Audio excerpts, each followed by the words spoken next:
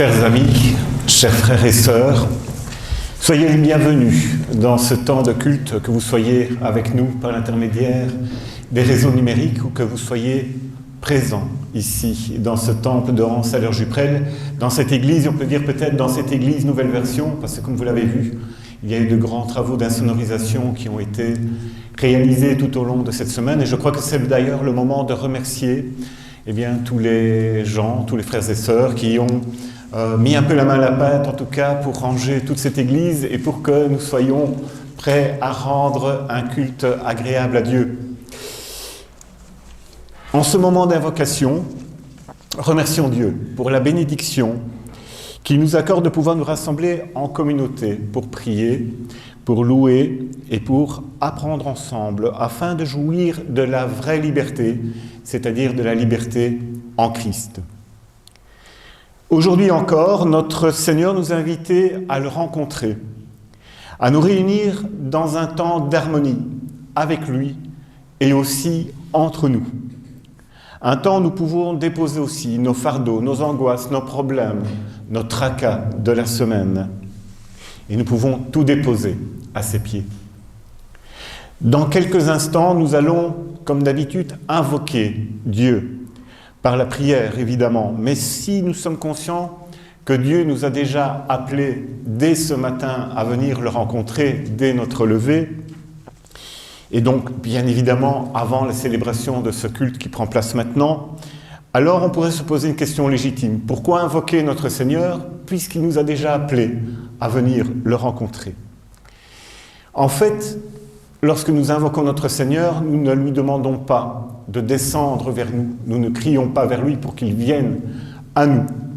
Mais nous lui disons simplement par l'intermédiaire de la prière que nous allons faire, « Tu m'as appelé, je suis là, je m'ouvre totalement à toi, je me réjouis de ta présence en compagnie de mes frères et de mes sœurs. » Je vous propose de prier pour invoquer notre Seigneur. Tu es béni, Père Céleste, car tu nous rassembles ce matin en ce lieu. Tu nous as appelés et nous avons répondu à ton appel. Tu viens nous visiter et déposer en nos cœurs les mots de ta promesse. Tu nous accueilles, tu nous donnes une place à chacun de nous. Tu es béni, car tu fais route avec nous. Tu es là sur nos chemins, compagnon de chaque jour. Sois avec nous et avec ceux qui n'ont pas pu être là aujourd'hui. Visite notre cœur et notre esprit. Seigneur, nous t'accueillons, nous te confions ce temps de culte afin que tu sois glorifié et que nos cœurs soient remplis de ta paix et de ta joie. Nous te prions au nom de Jésus-Christ, notre Seigneur et notre Sauveur. Amen. Portons maintenant notre louange, si vous le voulez bien, vers notre Seigneur avec le chant « Venez le célébrer ».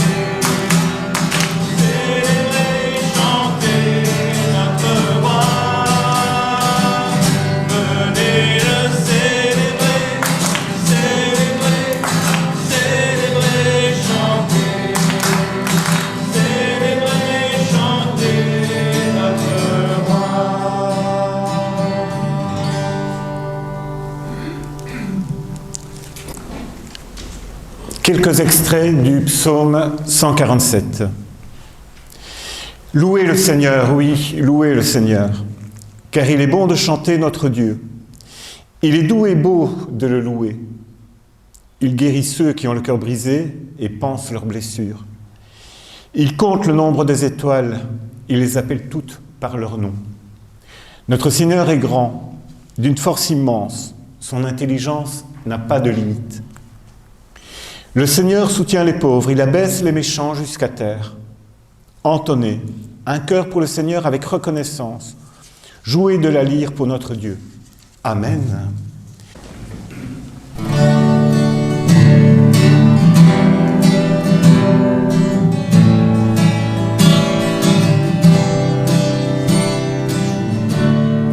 Tu es le Créateur, tu crées de nouveaux cœurs. Tu es le Créateur, tu es Seigneur. Nous sommes ta création, reçois l'adoration, la louange qui t'est due, Seigneur Jésus. Tu es le Fils de Dieu, tu règnes dans les cieux, tu es l'agneau de Dieu. Alléluia. Tu es le roi de gloire, le prince de la paix.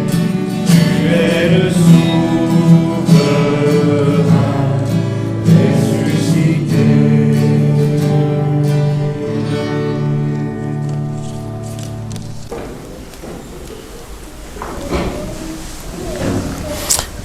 Comme vous le savez sans doute, aujourd'hui c'est une journée un peu spéciale parce que le culte sera suivi par, et vous êtes tous conviés évidemment, par une balade priante qui s'appelle la restauration de la création. Cette balade prendra cours après le culte et je suppose que Yann nous en reparlera un petit peu dans les annonces de tout à l'heure. Et à cette occasion, j'aimerais partager avec vous un cantique qui est un cantique que nous ne retrouvons pas dans nos Bibles. Simplement parce qu'il a été composé, et il a été écrit, ce cantique, par François d'Assise. Ce chant, d'ailleurs, qui a été composé, célèbre la vie et la création, et il aurait été composé aux environs de la fin de l'année 1224. Mais ce cantique est encore plus touchant lorsque l'on sait dans quel contexte il a été écrit. En effet, François n'avait plus que 2 ans à vivre. Il n'avait pas encore 45 ans quand il l'a écrit. Mais il était déjà perclus de fatigue, de douleur et souffrait également d'une très grave infection oculaire. Durant 50 jours, il est resté dans l'obscurité à cause de cela. Et à bout de souffrance et de découragement, il dit avoir eu une expérience spirituelle intense et d'une telle force que les mots qui composent ce cantique ont jailli d'eux-mêmes de sa bouche pour donner vie à des créatures, pour donner vie à ce cantique avec un langage simple mais très poétique. Et je vous propose la lecture du cantique. Très haut, tout-puissant et bon Seigneur, à toi les louanges, la gloire, l'honneur et toutes les bénédictions. Loué sois-tu, mon Seigneur, dans toutes tes créatures, et spécialement pour notre frère le soleil qui nous donne le jour, et par qui tu nous éclaires. Il est beau et il est rayonnant. Loué sois-tu, mon Seigneur, pour notre sœur la lune et pour les étoiles. Dans le ciel, tu les as formées, claires, précieuses et belles. Loué sois-tu, mon Seigneur, pour notre frère le vent, pour l'air et les nuages, le ciel pur et tous les temps. Loué sois-tu, mon Seigneur, pour notre sœur l'eau, elle est si utile, si précieuse et si pure. Loué sois-tu, mon Seigneur, pour notre frère le feu, par qui tu illumines la nuit. Il est beau, joyeux et fort. Loué sois-tu, mon Seigneur, pour notre mère la terre qui nous porte et nous nourrit. Elle nous donne ses plantes et ses fruits colorés. Loué sois-tu, mon Seigneur, pour tous ceux qui pardonnent à cause de ton amour. Loué et bénissez, mon Seigneur, Rendez-lui grâce et servez-le avec beaucoup de simplicité. Amen.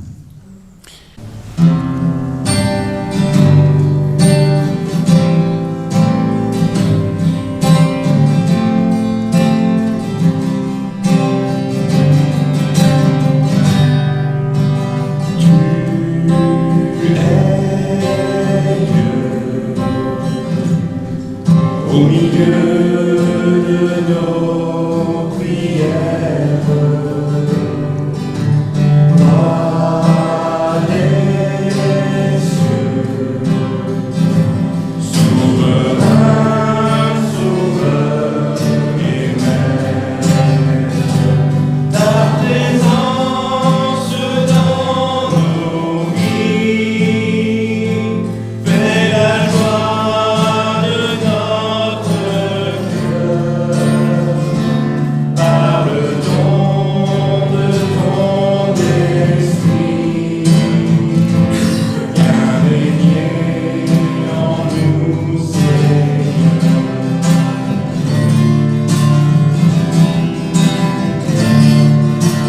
Tu es là,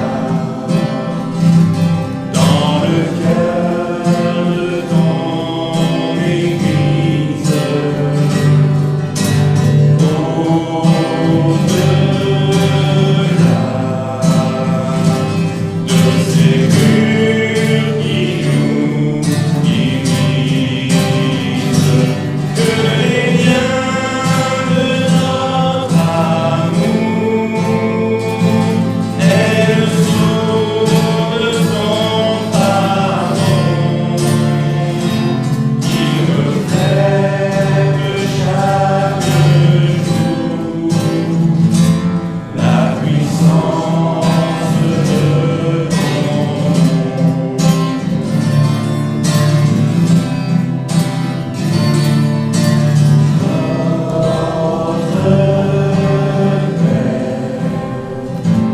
Que ton règne s'établisse sur la terre, que rayonne ta justice. Avons-nous la compassion, donne-nous des avec toi, un flambeau pour les nations, dans ta gloire et ton éclat.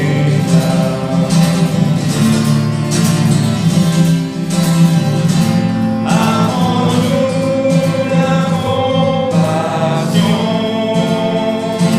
donne-nous des avec toi, un flambeau pour les nations, dans ta gloire et ton éclat, dans ta gloire et ton éclat.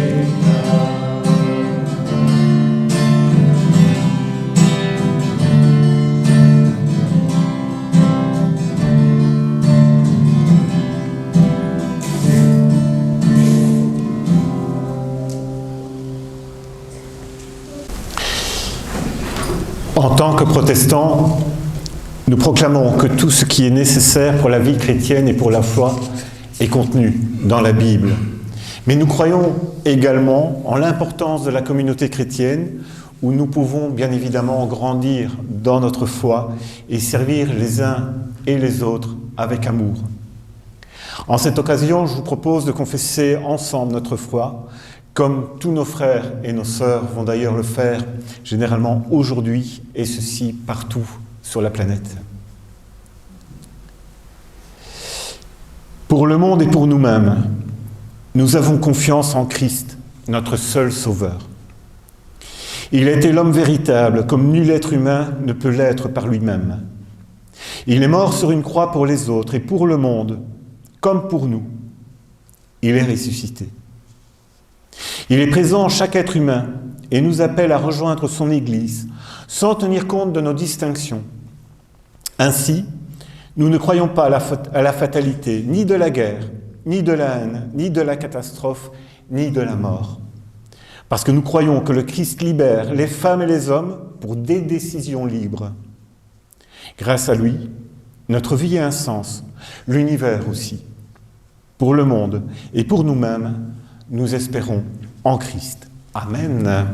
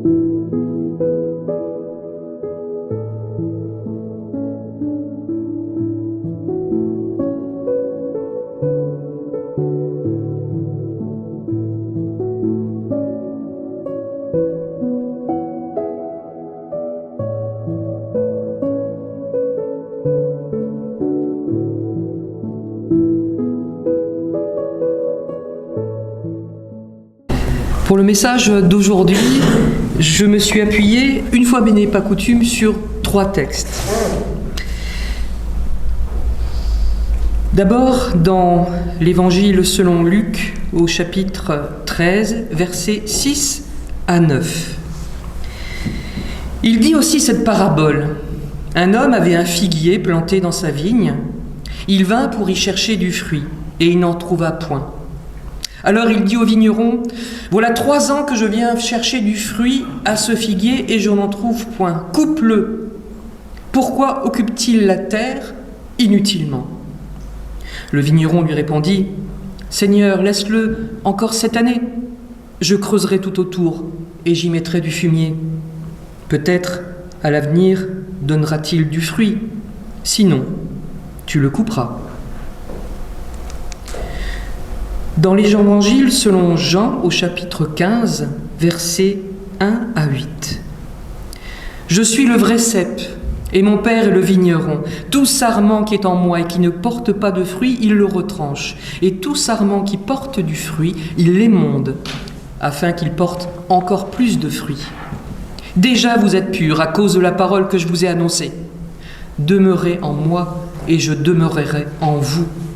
Comme le sarment ne peut de lui-même porter du fruit s'il ne demeure attaché au cep, ainsi vous ne le pouvez non plus si vous ne demeurez en moi. Je suis le cep, vous êtes les sarments. Celui qui demeure en moi et en qui je demeure porte beaucoup de fruits, car sans moi vous ne pouvez rien faire. Si quelqu'un ne demeure pas en moi, il est jeté dehors, comme le sarment, et il sèche. Puis on ramasse les sarments, on les jette au feu, et ils brûlent. Si vous demeurez en moi et que mes paroles demeurent en vous, demandez ce que vous voudrez, et cela vous sera accordé. Si vous portez beaucoup de fruits, c'est ainsi que mon Père sera glorifié et que vous serez mes disciples. » Et puis le prophète Jonas dans l'Ancien Testament, un texte aussi bien connu, au chapitre 4, versets 1 à 11. Je l'avais évoqué il y a quelques mois. Cela déplut fort à Jonas, et il fut irrité. Il implora l'Éternel et il dit, « Ah, Éternel, n'est-ce pas ce que je disais quand j'étais encore dans mon pays ? C'est ce que je voulais prévenir en fuyant à Tarsis, car je savais que tu es un Dieu compatissant et miséricordieux, lent à la colère et riche en beauté, et qui te repent du mal.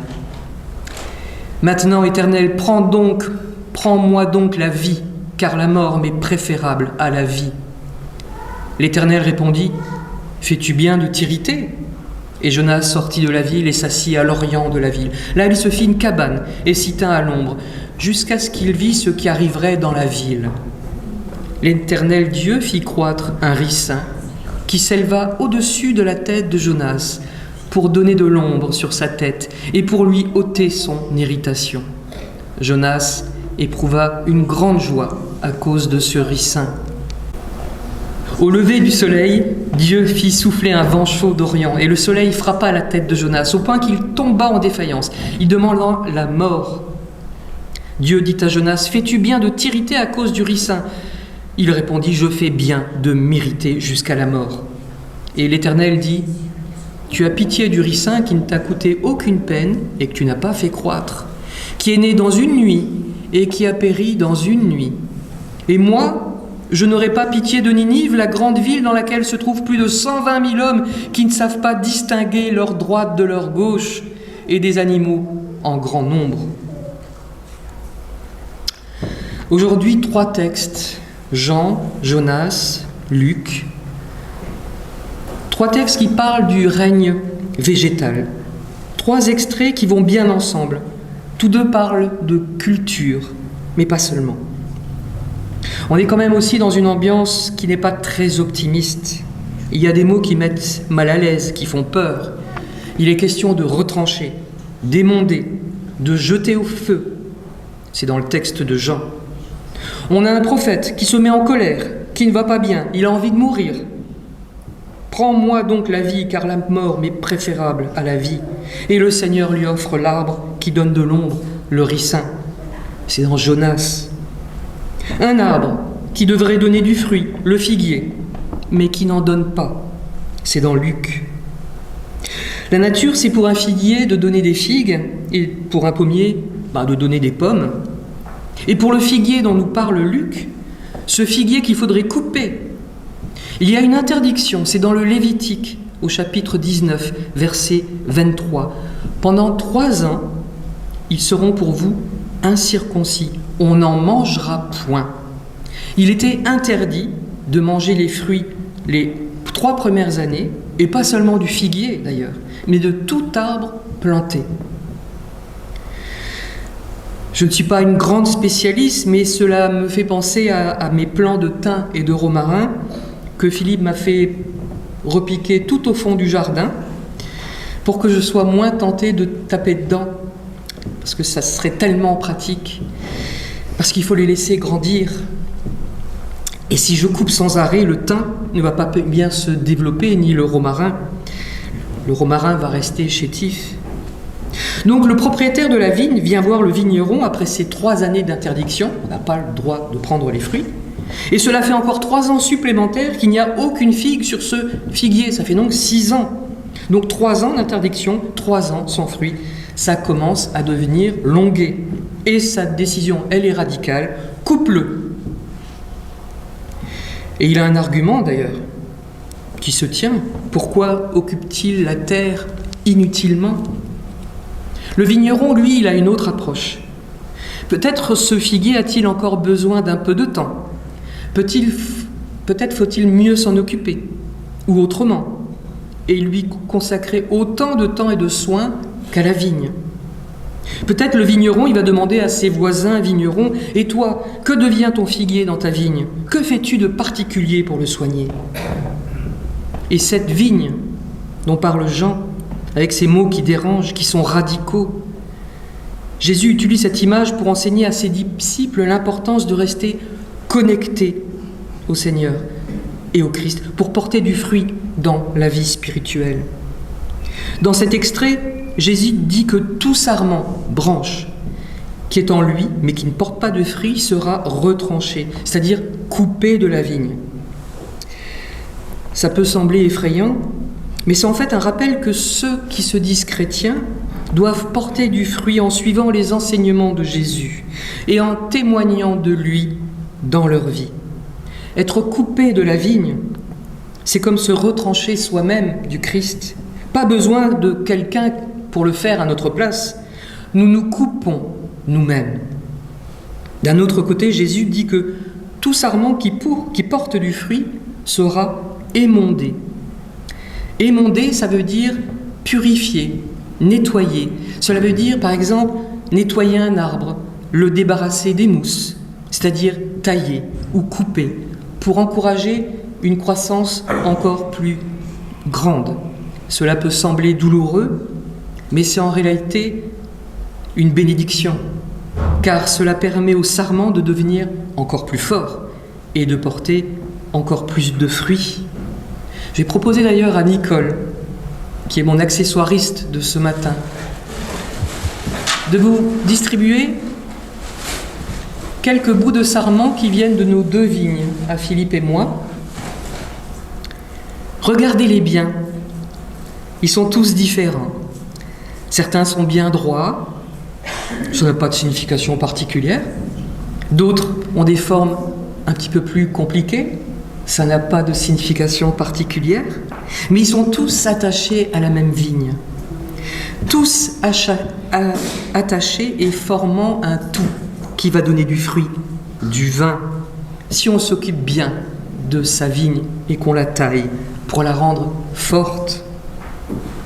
Le message de Jésus dans ce verset est que nous devons être constamment en train de nous examiner pour voir si nous portons du fruit dans notre vie spirituelle.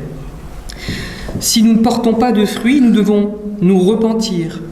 Mais rappelez-vous, se repentir, c'est pas cette image de s'auto-flageller pour se dire « Oh là là, je suis vraiment mauvais, je ne suis pas un bon croyant ». Parce qu'en gros, se dire ça sert juste à rien. Mais se repentir, c'est l'idée de changer de direction, de revenir. Comme le verbe hébreu, je vous l'avais expliqué il y a quelques mois, se repentir, c'est le verbe chouv, qui veut dire revenir, changer de direction.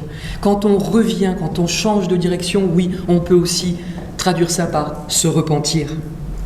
Et nous nous tournons vers Jésus pour recevoir la force et la direction dont nous avons besoin pour porter du fruit. En quelque sorte, nous laisser façonner pour porter encore plus de fruits. Alors ces petits bouts de sarment que Nicole est en train de vous donner, c'est comme l'illustration de quand nous nous laissons façonner par le Seigneur, sa parole. Une vigne à tailler, un figuier à aider. Et puis si on va un peu plus loin que le figuier, et qu'on se dit que le figuier c'est moi, est-ce que la vie c'est du théâtre ? Oui, souvent la vie c'est du théâtre, on a ses rôles.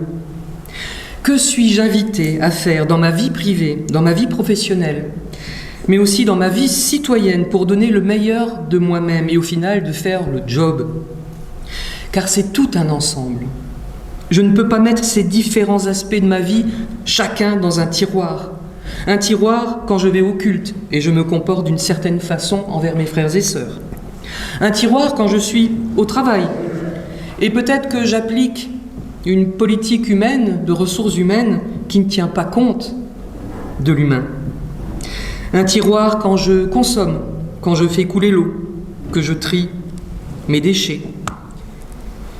Non, c'est tout un packaging pour que l'ensemble soit cohérent. Et regardez, voilà. Avec Philippe, on a beaucoup hésité à apporter tout cela à l'église. On a débattu, on ne s'est pas battu, mais on a débattu. Et moi, je voulais dire, en apportant ça ici, eh bien, c'est choquant, ça vous choque quand même, ces déchets dans une église. Et pourtant, pour les protestants, cette église n'est pas la maison de Dieu. La maison de Dieu, c'est l'ensemble de la création. Ça nous choque de voir ça. Donc bon, je vais vite les remettre dans leur sac, parce que j'ai pas envie de vous imposer cette vue et de m'imposer cette vue, mais en même temps, tout ça, on le trouve dehors, sur le trottoir d'en face, dans les quartiers. Et c'est la création de Dieu. Et on devrait être autant choqués de voir ces déchets dehors qu'ici, chez nous. Alors oui, comment ça se voit dans mon comportement ? Non, la vie, ça n'est pas du théâtre. L'homme a reçu du Seigneur et au travers des Écritures que nous étudions une ligne de conduite. C'est dans Genèse chapitre 2, verset 15. « L'Éternel Dieu prit l'homme et le plaça dans le jardin d'Éden pour le cultiver et pour le garder. » Le garder le verbe hébreu, c'est shamar. Ça ne veut pas dire seulement garder au sens de je garde un troupeau, et encore quand je garde un troupeau, ça veut dire je fais attention à chacune des bêtes. Le verbe shamar en hébreu, c'est aussi je garde les commandements, je fais attention aux commandements, je les respecte. Il y a une idée de bienfaisance, de faire attention à. L'homme ne suit pas toujours cette ligne de conduite. Mais il est libre de faire le bien ou de faire le mal, de faire quelque chose qui le rapproche du Seigneur ou quelque chose qui l'éloigne de sa relation avec le Seigneur, de s'éloigner ou de revenir. C'est juste une question de responsabilité. Que je fasse du bien ou du mal, il y a sur mes actes comme ma signature à moi. Et pour certains de mes actes qui nuisent, j'ai des comptes à rendre à la société et à la nature que le Seigneur m'a confié. La société, elle va se plaindre et me traduire en justice si je fais quelque chose de mal qui est puni par la loi de la société. Et pour l'instant, la nature, le jardin ne peut pas porter plainte contre moi. Elle se plaint, la nature. On l'entend gémir, nous la voyons souffrir. Et pourtant, est-ce que je ne suis pas coupable ? Coupable, on n'aime pas trop ce mot, c'est très culpabilisateur. Ça sonne comme un couperet, comme un paralysateur. On vous coupe de la société, ou d'un groupe, ou d'une communauté, ou d'une paroisse. D'un coup, vous n'êtes plus le prochain, mais le lointain, même si vous êtes juste à côté. C'est la raison de la colère de Jonas aussi. Il avait été chargé, rappelez-vous, de dire à Ninive qu'après 40 jours, la ville serait anéantie. Coupable à 200% à Ninive, vivant dans l'idolâtrie, ça paraissait mérité. Et le Seigneur, il est revenu sur sa décision. Et Ninive n'a pas été anéantie. Alors que dans le genre lointain, les habitants de Ninive y faisaient fort quand même. Donc Jonas, il était allé bouder dans sa hutte, il pense mourir, comme s'il n'avait pas compris que le pardon du Seigneur, il vaut pour les prophètes obéissants, mais aussi pour les lointains, et ceux qui reviennent, même ceux qui mettent du temps à revenir. Jonas, il fait comme un bras de fer avec le Seigneur, c'est fou. Il a annoncé l'anéantissement de Ninive, et ça ne se passe pas. Mais ça ne nous regarde pas. Dieu seul est juge. Et le Seigneur, il fait comprendre cela à Jonas grâce à un arbuste. Même face à un Jonas qui se lance dans ce bras de fer avec le Seigneur, qui montre sa colère, eh bien le Seigneur est patient et il fait passer un message de douceur. Faire pousser un ricin pour lui ôter son irritation. Et Jonas éprouva une grande joie à cause de ce ricin. Jonas était mécontent, mais le Seigneur veut ôter sa colère. Comme s'il lui disait « Tu es en colère, calme-toi à l'ombre, et je fais pousser un ricin au-dessus de ta tête pour te faire encore plus d'ombre que ta petite cabane. » Comme pour le figuier qui met du temps à donner du fruit, et à qui le vigneron va laisser du temps. Le Seigneur laisse du temps à Jonas pour calmer sa colère et le laisser réfléchir, le laisser revenir. Le figuier, pareil, le vigneron ne va pas le couper, il va tenir tête au propriétaire. Laisse-le encore cette année, j'y creuserai tout autour et j'y mettrai du fumier. Le vigneron va donc changer sa manière de cultiver, il se met à l'écoute du figuier. Quelque chose lui manque peut-être, il va y remédier. Je reviens à nos actes d'aujourd'hui entre le bien et le mal, et la distinction à vue d'homme est moins évidente qu'il n'y paraît, surtout en matière technologique par exemple. Pour les actes à travers lesquels je pense faire du bien, en particulier envers la nature, eh bien j'ai peut-être raison aujourd'hui, mais j'aurai tort dès demain ou après-demain. Est-ce que ce qui est inventé grâce à nos connaissances et nos capacités technologiques, est-ce que tout cela est toujours forcément utile ? Un exemple, Philippe et moi, tous les matins, en prenant notre petit déjeuner, on regarde Télématin sur France 2. Et un chroniqueur, sa spécialité, c'est de présenter les dernières inventions high-tech. Il y a parfois des trucs très bizarres, c'est rigolo, et parfois on se dit, mais bon, à quoi ça sert ? Alors dernièrement, il nous a présenté la poubelle qui sort d'elle-même le jour dit, le jour des poubelles. Elle est programmée pour ça. Elle sort, elle quitte son petit socle, elle va au bord du trottoir, Il y a un système dedans qui sait que, elle se rend compte, la poubelle, qu'elle a été vidée, et hop, elle revient sur son socle. Bon, elle ne sait pas descendre les escaliers encore, donc ça c'est... Il y a encore des progrès à faire. Mais quelle utilité! Ou alors la poussette, avec l'enfant dedans, qui nous suit ou nous précède. Ça veut dire que la maman ou le papa n'a plus besoin de mettre ses mains sur... de tenir la poussette. Et pendant ce temps, le papa ou la maman, elle peut consulter son smartphone et regarder des vidéos TikTok, tranquillou. Et si jamais à un moment donné, elle s'arrête ou il s'arrête parce qu'il y a une vidéo TikTok qui est vraiment trop marrante, et même si la rue est en pente, la poussette avec l'enfant dedans va s'arrêter. C'est bien, hein. Pouvoir regarder des vidéos TikTok et pas voir dévaler la poussette avec le bébé dedans. Fini de perdre son enfant dans une pente. C'est génial. Mais pour la communication entre parents et enfants, on repassera. Notre planète, elle n'est pas un réservoir de ressources illimitées. Est-ce qu'il n'y aurait pas une autre manière de fonctionner? Est-ce que l'Église a sa place à prendre dans la réflexion qui est urgente et dans les actes non moins urgents? Et pour réfléchir à cette question, je vous propose, une fois n'est pas coutume, en plein message, une petite histoire. Elle aussi, je vous l'avais racontée il y a quelques mois. Un saint homme tenait un jour une conversation avec Dieu. Il lui dit: « Seigneur, j'aimerais savoir comment est le paradis et comment est l'enfer. » Dieu conduisit le saint homme vers 2 portes. Il ouvrit l'une des portes et lui permit de regarder à l'intérieur. Au milieu de la pièce, il y avait une immense table ronde. Au milieu de cette table, il y avait une grosse marmite, un ragoût à l'arôme délicieux. Le saint homme saliva d'envie. Les personnes assises autour de cette table étaient pourtant maigres, livides et malades. Elles avaient l'air affamées. Elles tenaient des cuillères aux très longs manches attachées à leurs bras.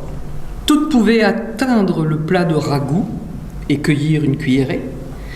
Mais comme le manche de la cuillère était plus long que leurs bras, elles ne pouvaient pas ramener la cuillère dans leur bouche. Le saint homme frissonna à la vue de leur misère et de leur souffrance, et il dit: « Mon Dieu !»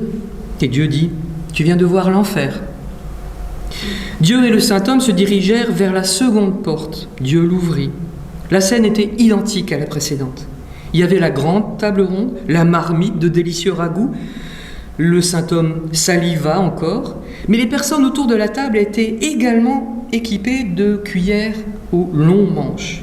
Mais les gens là, cette fois-ci, ils étaient bien nourris, ils étaient replets, ils étaient souriants, ils se parlaient les uns aux autres en riant. Le saint homme dit à Dieu: « Mais je ne comprends pas. » Dieu dit: « C'est simple pourtant. Ils ont appris à se nourrir les uns les autres, tandis que les gloutons et les égoïstes ne pensent qu'à eux-mêmes. » Fin de l'histoire. Quand on se laisse prendre par le tourbillon de la vie, des obligations, ce genre de situation arrive. On essaye alors de dérouler le propre écheveau de sa vie et de ses obligations. On voudrait du repos parfois. Et justement, la terre, elle aussi, elle a droit au repos. Et dans ce brouhaha, cette pression qui nous éloigne de notre mission première, on doit continuer à penser à des sujets encore plus grands que nous, qui nous concernent tous, prochains comme lointains. Comment prendre soin de la terre pour qu'elle puisse continuer à tous nous accueillir? Nous ne possédons rien. Tout nous est donné gratuitement par le Seigneur. À nous d'en prendre soin et de garder la création chamar. Prendre soin, garder la création, c'est la conserver, ne pas l'exploiter, en prendre soin. Tout le contraire de l'agriculture intensive qui veut tirer un maximum de la terre, des animaux, à tout prix. Avec ces pauvres agriculteurs qui se sont endettés à vie et qui sont, pour ainsi dire, obligés de continuer dans le même système. C'est complexe de voir plus loin, mais la foi, elle nous permet de résister, c'est-à-dire de ne pas perdre espoir. La terre souffre et nous souffrons avec elle. Nous avons besoin de la terre pour survivre et la terre a besoin de nous pour survivre. Et comme dans l'histoire de l'enfer et du paradis, c'est quoi la différence? C'est quoi l'autre manière de fonctionner? Ils ont appris à se nourrir les uns les autres.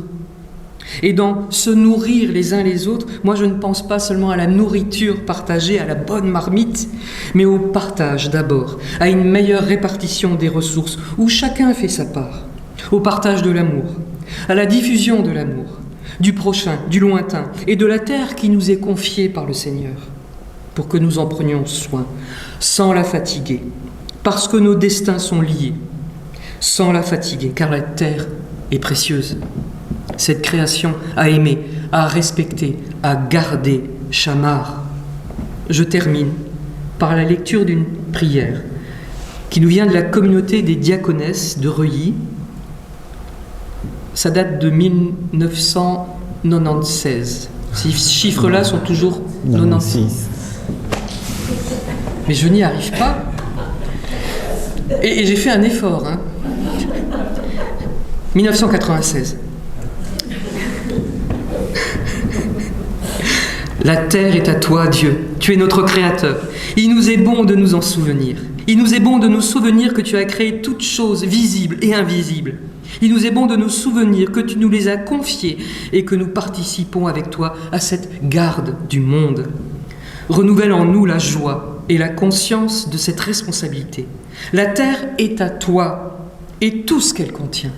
Donne-nous de la servir, de la faire fructifier pour le besoin de tous.